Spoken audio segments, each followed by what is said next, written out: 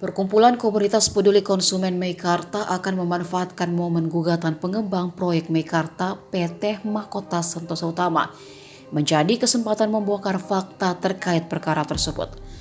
Kuasa hukum Komunitas Peduli Konsumen Meikarta, Rudi Siahaan, mengatakan, meski kaget saat tahu kliennya digugat, tetapi mereka akan menjalani proses hukum dengan baik.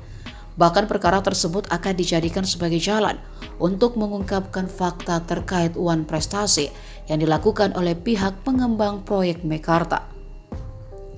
PT MSU merupakan anak usaha dari PT Lipo Cikarang Tbk.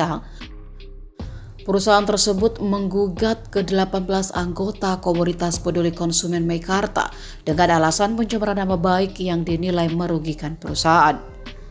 Gugatan pencemaran nama baik itu dilakukan oleh PT MSU usai Komunitas Peduli Konsumen Meikarta kerap melakukan aksi unjuk rasa menuntut pengembalian dana atas unit apartemen yang tak kunjung diberikan oleh pihak pengembang.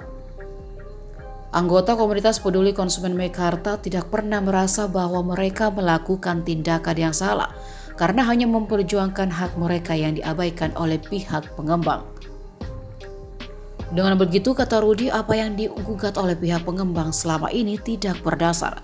Rudi mengatakan saat ini yang paling utama adalah bagaimana mereka dan pihak penggugat sama-sama menunjukkan bukti atau fakta atas kebenaran kasus ini.